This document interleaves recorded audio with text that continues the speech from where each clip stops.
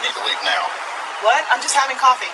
Business owner says you're making people uncomfortable. You're I bought this trespassing. coffee 10 minutes ago. I'm not bothering anyone. Are you leaving or do I need to remove you? You're making a mistake. DEA special agent. I don't care if you're the president. You're leaving. Officer Bradley Miller had been with the Philadelphia Police Department for 9 years when he walked into a situation that would destroy his career and cost the city $6 million. He was 35 years old, experienced enough to know better, but apparently convinced that his judgment was infallible. One chilly Thursday morning at a popular downtown coffee shop, he received a call from a nervous manager about a suspicious person loitering in the outdoor seating area who supposedly didn't belong there. The suspicious person was Special Agent Aaliyah Washington, a 15-year DEA veteran sitting alone in a gray hoodie with her coffee, quietly preparing for a high-stakes federal sting operation. What Miller did next, ignoring her federal credentials, dismissing witness testimony, and arresting her on a public sidewalk in front of dozens of morning commuters, would become a textbook example of how racial profiling destroys lives and careers. Before we continue, where are you watching from? If this is your first time here, please hit that subscribe button. Stories like these need to be shared, and your support helps us bring more truth to light. The internal affairs file on Bradley Miller was already thick enough to prop up an uneven table, a paper trail of aggression that the Philadelphia Police Department had conveniently chosen to ignore for nearly a decade. At 35 years old, Miller was the quintessential product of a broken system, a man who viewed the badge not as a shield for the public, but as a sword against those he deemed out of place. Born and raised in a secluded pocket of Northeast Philly, Miller's worldview was narrow, forged in an environment where authority was absolute and suspicion was a survival mechanism. His personnel record was a graveyard of missed opportunities for intervention, containing 7 formal complaints of excessive force and 4 allegations of biased policing, most of which had been not sustained by a board of his peers. He was a man who walked with a heavy tread, his hand always hovering too close to his service weapon, convinced that his 9 years on the force had granted him a divine sense of discernment. On this particular Thursday morning, as the biting wind whipped through the steel canyons of Center City, Miller was patrolling in a state of high alert, looking for a reason to exert the control he felt the city was losing. In stark contrast, Aaliyah Washington's life was defined by the very discipline Miller lacked. Raised in a household of public servants, her father, a Tuskegee-educated professor, and her mother, a retired social worker, Aaliyah had been taught from birth that excellence was the only defense against a world that would often try to diminish her. She had spent 15 years climbing the grueling ranks of the Drug Enforcement Administration, eventually earning her spot as a special agent in the Diversion Control Division. She was a woman of meticulous habits, a forensic specialist who could track a single pill through 1,000 shell companies. She wasn't just a law enforcement officer. She was a tactical mind who had survived deep cover assignments in the most volatile corners of the country. On this morning, Aaliyah was in the midst of Operation Paper Trail, a federal sting targeting a high-level distributor of counterfeit opioids. She had chosen her attire specifically for the task, a nondescript charcoal gray hoodie pulled over her head to guard against the 40-degree Philadelphia dampness, dark joggers, and running shoes. She looked like any other resident of a city known for its grit, blending into the urban landscape as she sat at a small, rusted wrought iron table on the sidewalk outside the Gilded Bean. Aaliyah had arrived at 7:45 a.m., purchased a large Americano, piping hot and black, and taken her seat in the outdoor section to maintain a clear line of sight on a pharmacy across the street.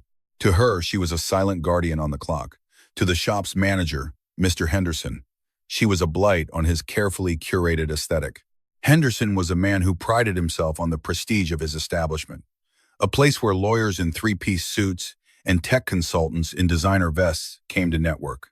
Through the pristine glass of the storefront, Henderson watched Aaliyah with a growing sense of agitation. He didn't see the $5 receipt for the coffee sitting on her table, nor did he see the focused intelligence in her eyes. He saw a black woman in a hoodie sitting in a high-rent district for more than 10 minutes without checking a phone or engaging in social chatter. In his mind, she was loitering, a term he used as a polite substitute for his own internal biases. He convinced himself that her presence was making his affluent regulars uneasy, though none had complained. At 8:02 a.m., he bypassed the courtesy of a conversation and dialed the local precinct's non-emergency line. his voice trembling with a manufactured urgency as he reported a suspicious individual, possibly homeless or casing the joint, who refused to move from the front entrance. Officer Bradley Miller was the one who took the call over the radio. When he pulled his cruiser to the curb, he didn't see a citizen enjoying the public space. He saw a confirmation of the manager's report. He stepped out of the vehicle, his boots clicking sharply on the pavement, and marched toward the small table where Aaliyah sat. He didn't lead with a greeting or a request for information. Instead, he stood over her, casting a long shadow across her table. "You need to leave now," Miller said, his tone dripping with a practiced condescension. Aaliyah didn't flinch. She slowly looked up from her coffee, her expression a mask of professional control. "What? I'm just having coffee," she replied, her voice steady and calm. Miller didn't like the lack of fear in her eyes. He gestured vaguely at the storefront behind them. "Business owner says you're making people uncomfortable. You're trespassing." Aaliyah took a slow breath, remaining firm. "I bought this coffee 10 minutes ago. I'm not bothering anyone."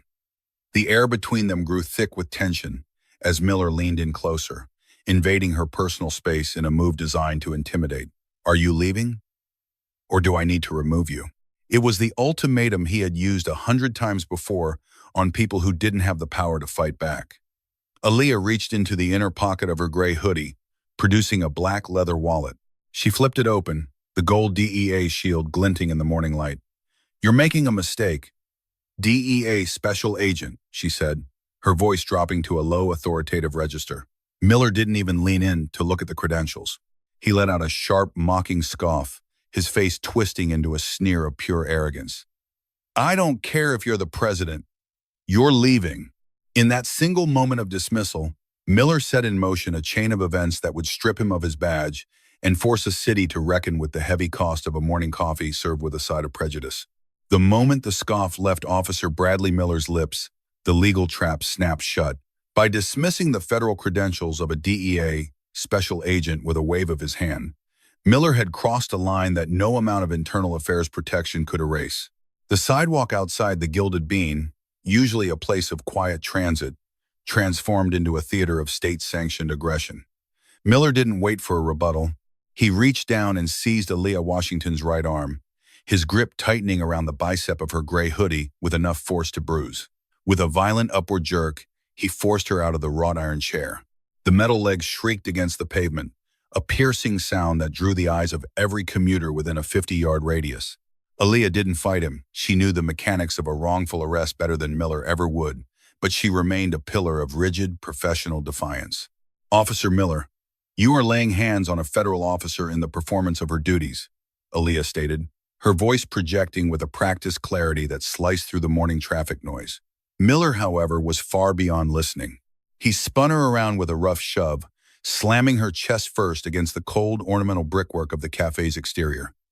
The impact knocked the breath from her lungs, but she didn't cry out. Instead, she watched through the reflection in the glass as a dozen smartphones rose in unison. The public eye was no longer a metaphor. It was a wall of high-definition lenses capturing his every move. Miller kicked her feet apart, forcing her into a wide, vulnerable stance.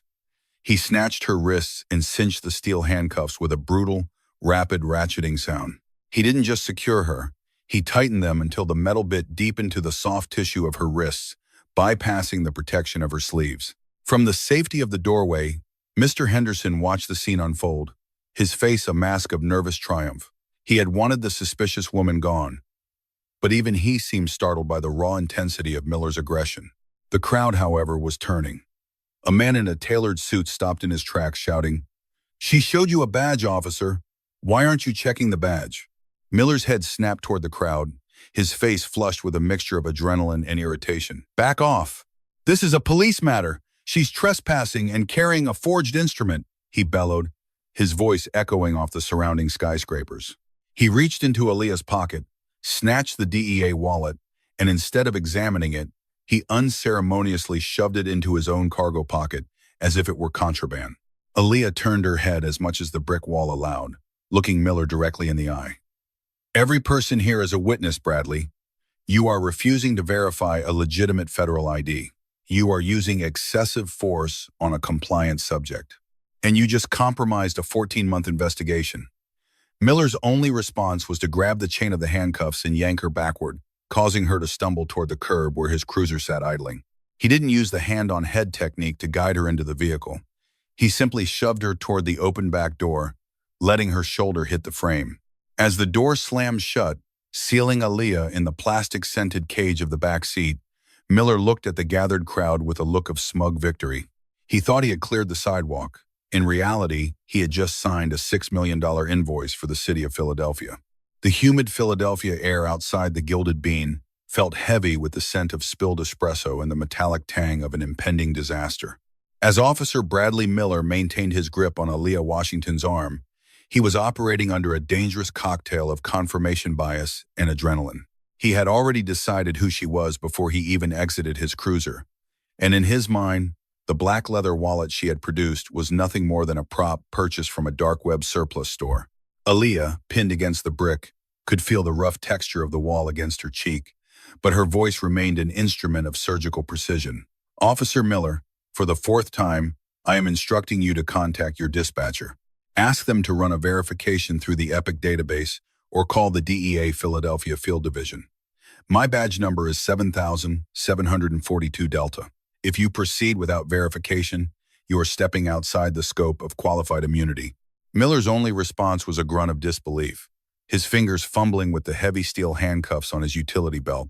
He viewed her calm, articulate demands not as proof of her professional status, but as the desperate jailhouse lawyer tactics of a criminal trying to intimidate a local beat cop. With a forceful shove that sent her half-full cup of Americano clattering off the table, dark liquid splashing across her white sneakers and the sidewalk, he yanked her wrists behind her back. The sudden movement sent a jolt of pain through Aaliyah's shoulders, but she did not give him the satisfaction of a groan. She was documenting every sensation, every violation of procedure, and every aggressive breath he took, filing it away for the legal onslaught she knew was coming. The mechanical clack, clack, clack of the handcuffs ratcheting shut acted as a signal for the neighborhood to stop in its tracks. In an era where every citizen is a potential investigative journalist, the sidewalk erupted into a forest of raised smartphones. The onlookers were not a silent audience. They were an indignant jury of Center City professionals and residents who had seen Aaliyah sitting peacefully just moments before. A man in a tailored charcoal suit, clutching a briefcase, stepped forward with his phone angled toward Miller's chest. "Officer, what is the charge? She's been sitting there for 10 minutes. She hasn't said a word to anyone," he shouted, his voice echoing off the limestone facades of the surrounding buildings. Miller's head snapped toward the man. His face flushed a deep, mottled red, his eyes wide with a mixture of anger and the frantic need to maintain control. "Get back! You're interfering with a lawful arrest. Back away from the perimeter now!" Miller bellowed, his hand instinctively hovering near his chemical spray, a gesture that only served to heighten the tension. A woman near the coffee shop door cried out, "She's just sitting there. She's a customer. Shame on you." The crowd's vocal dissent was a physical weight, but Miller doubled down, his stubbornness hardening into a wall of ignorance.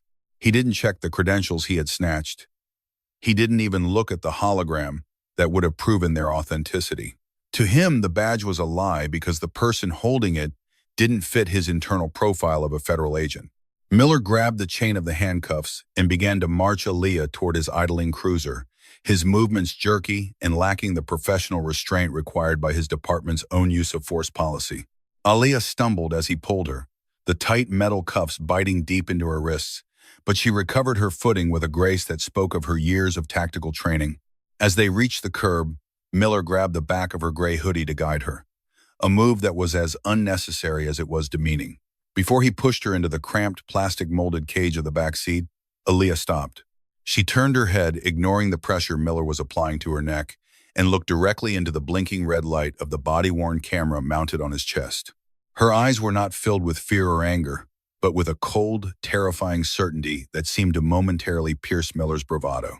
In a voice that was low, steady, and loud enough for the microphone to capture every syllable with crystalline clarity, she spoke her final warning. "Officer Miller, look at this camera. Remember this moment. Because you aren't just arresting a citizen, you are kidnapping a federal officer on active duty. You chose to ignore the law you swore to uphold. Your career ends right here, Miller. I will see to it personally." For a split second, a flicker of doubt crossed Miller's face, but he quickly masked it with a sneer, shoved her head down, and slammed the heavy door shut, sealing her in the silence of the patrol car, while the world outside continued to record his downfall. The ride to the 9th Precinct was conducted in a suffocating silence, broken only by the crackle of the police radio and the hum of the cruiser's tires over Philadelphia's uneven asphalt. In the back seat, Aaliyah Washington sat perfectly still, her wrists throbbing with a dull, rhythmic ache where the steel had breached the skin. Yet her mind remained clinical, mapping out the procedural disaster Miller was driving into.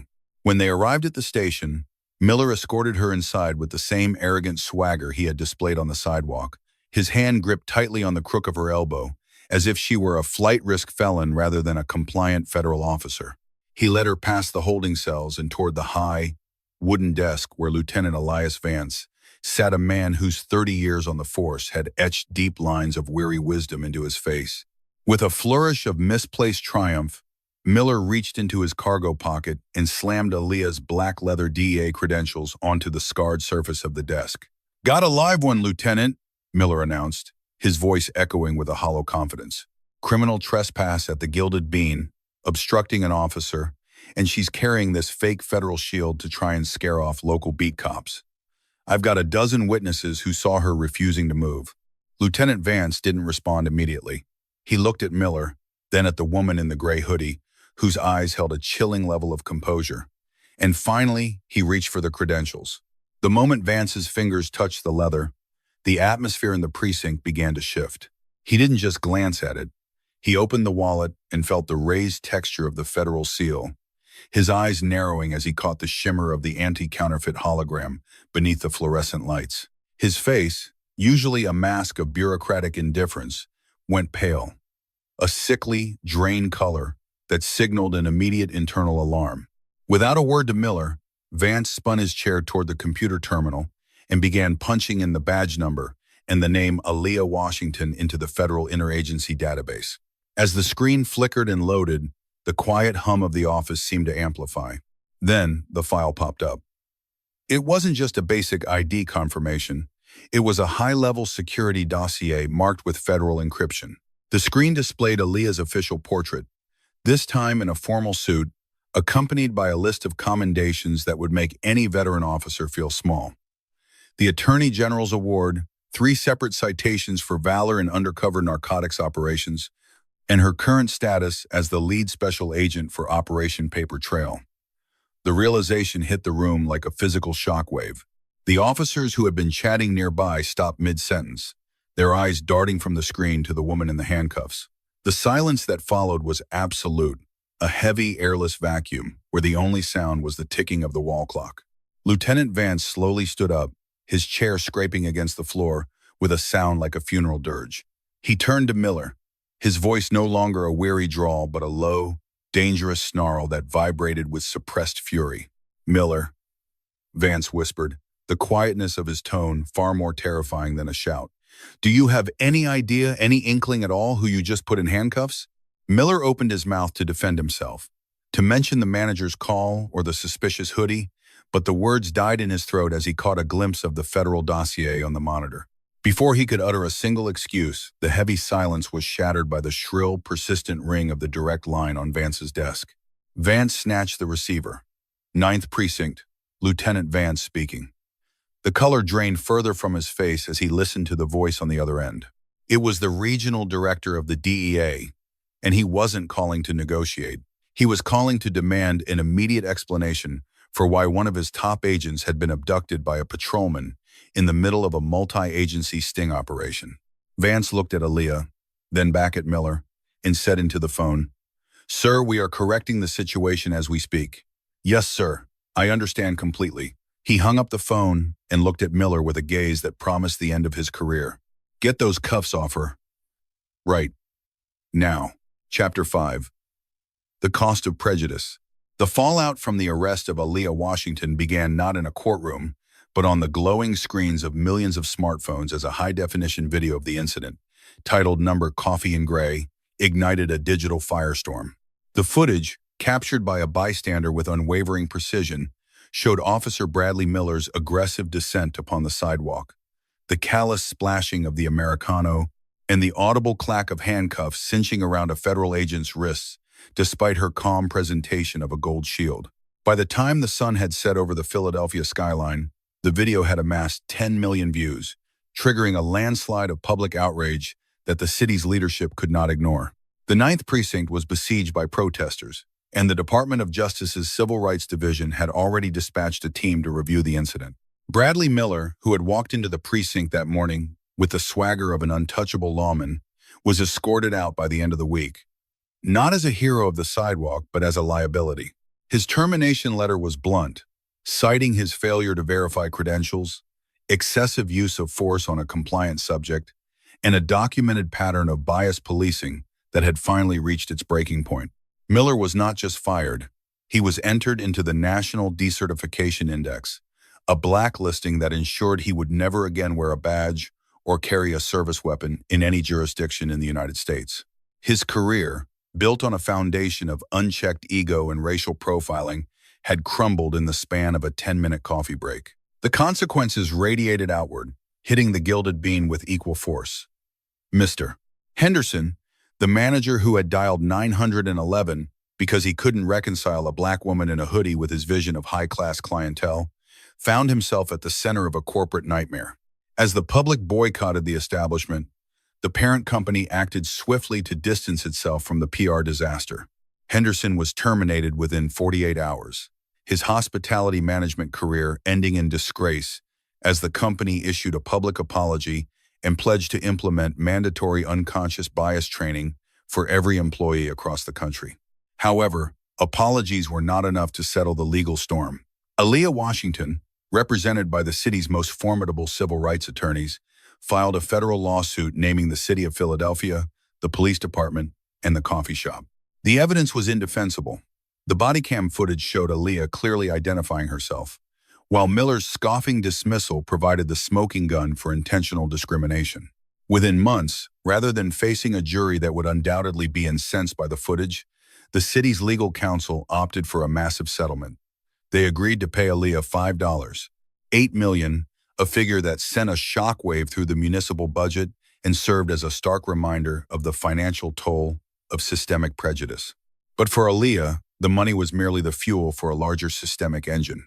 She leveraged the settlement and her standing in the DEA to force a landmark policy shift within the Philadelphia Police Department, now known as the Washington Protocol.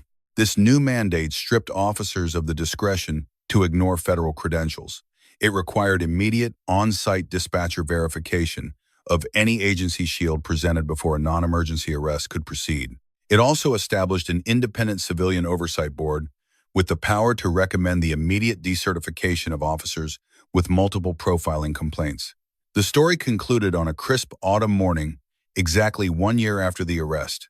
Aaliyah returned to the sidewalk outside the now renovated coffee shop. This time, she wasn't sitting alone as a silent observer. She stood at the center of a dozen DEA special agents, men and women of all backgrounds, each one wearing a matching charcoal gray hoodie. They stood there, sipping their coffee in a powerful, silent demonstration of solidarity. It was no longer about a surveillance mission or a hidden drug bust. It was a reclamation of space. As Aaliyah looked into the same glass window where Henderson once judged her, she didn't see a suspicious individual reflected back. She saw a woman whose badge was finally as visible as her humanity, proving that no hoodie is dark enough to hide the truth when justice is finally served.